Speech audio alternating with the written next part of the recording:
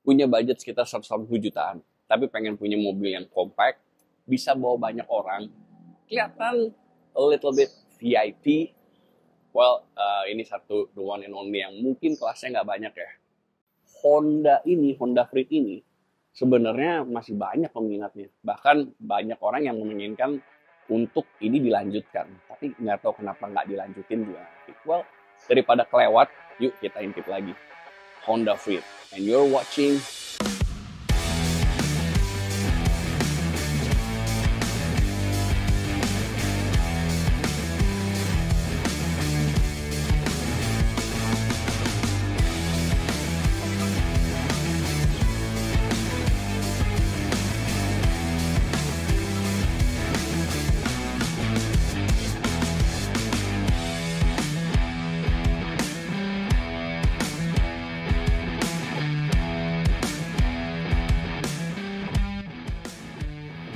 Oke, kita langsung mulai aja ya.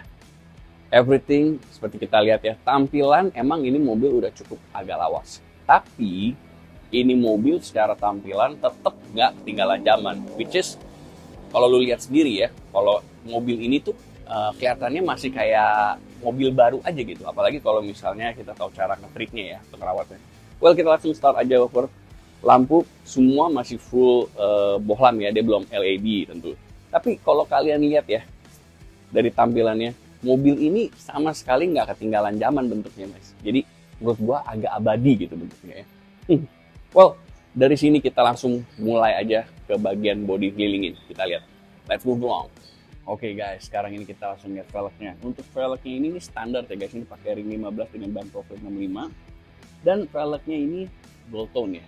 Ini cukup, menurut gua cukup abadi gitu style. Well, anyway, kalau lihat dari samping bentuknya yang streamline ya, keren banget. JDM-nya tuh kental banget. Makanya tadi gue udah bilang di awal dari depan muka kita bentuknya. Mobil ini sebenarnya bentuknya abadi gitu, bentuknya tetap keren. Dan kalau lihat dari samping ya, emang sih di sini versi yang ini dia polos ya, dia tanpa body kit ya. Ini mobil kalau dipakein body kit ya, misalnya pakai Mugen gitu, tampilannya JDM banget gitu. Over the nose ya, pokoknya nggak ada debat, mobil bentuknya JDM banget. Untuk spionnya dia udah otomatis ya, udah ada lampu sennya juga. Dan yang tadi gue bilang ya, dia untuk yang kelas ini pintunya kanan kirinya dia udah elektrik, jadi bukanya otomatis.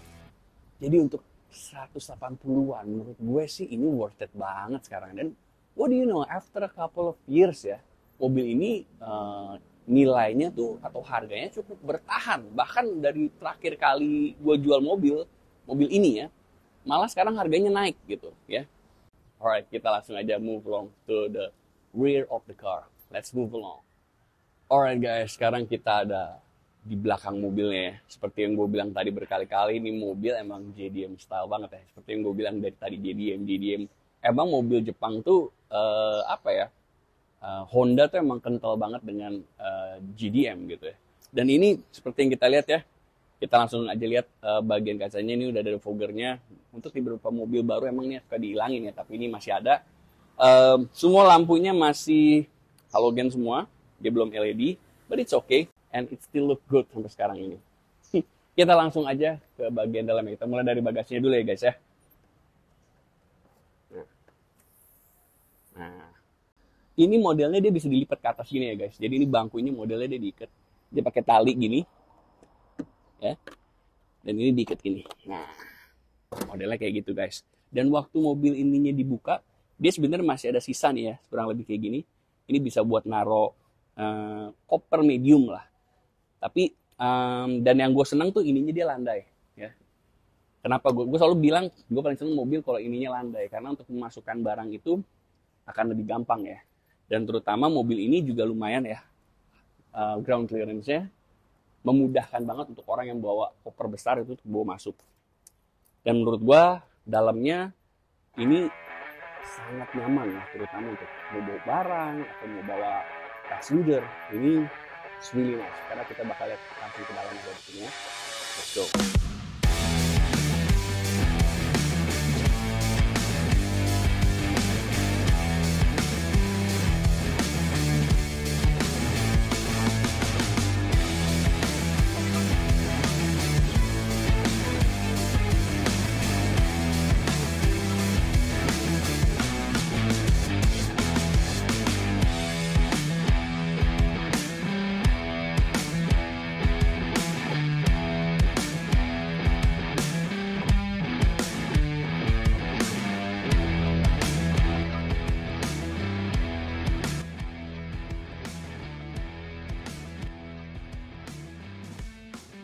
Nah, oke guys, ini yang gue bilang dan gue pengen tunjukin ke kalian.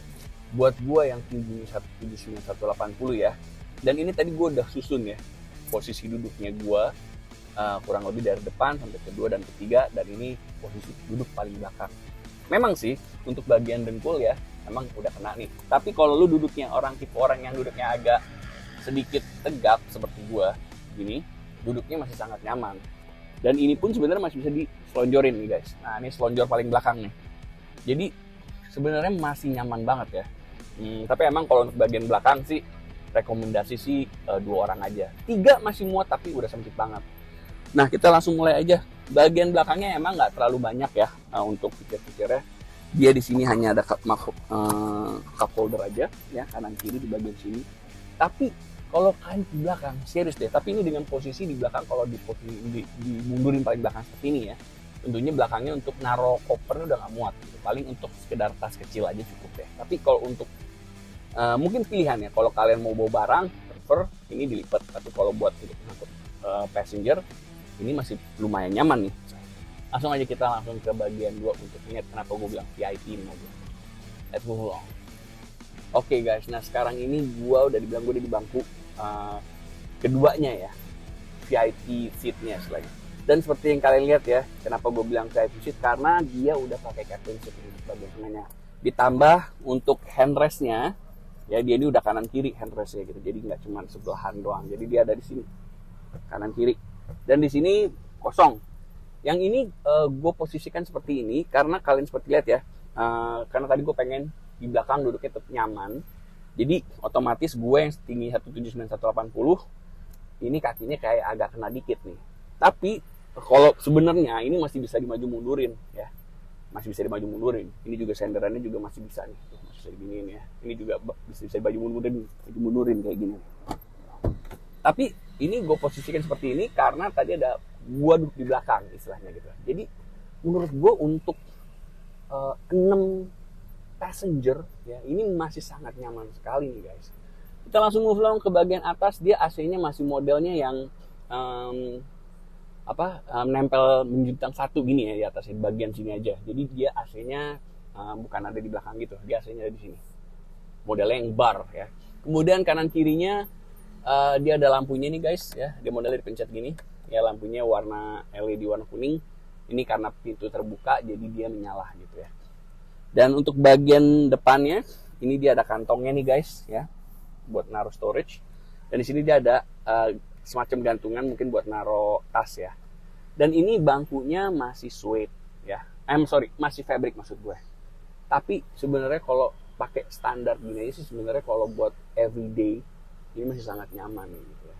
Well, after this kita langsung aja ke bagian depannya ya. Ini one of my favorite position kalau driving itu adalah di bagian driving seatnya. Alright, let's move on.